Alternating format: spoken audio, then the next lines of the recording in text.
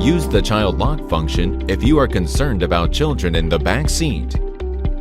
If your car has an electric child lock button, you can simultaneously set child lock and window lock with the electric child lock button. Activate the child lock button and check if the back seat door opens from inside.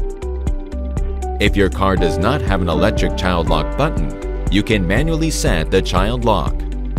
First, open the back seat door and check the child lock lever. Remove the emergency key on the back of the smart key, insert it into the child lock lever, and turn it to the child lock position. Press the power window lock button on the driver's seat to set the window lock.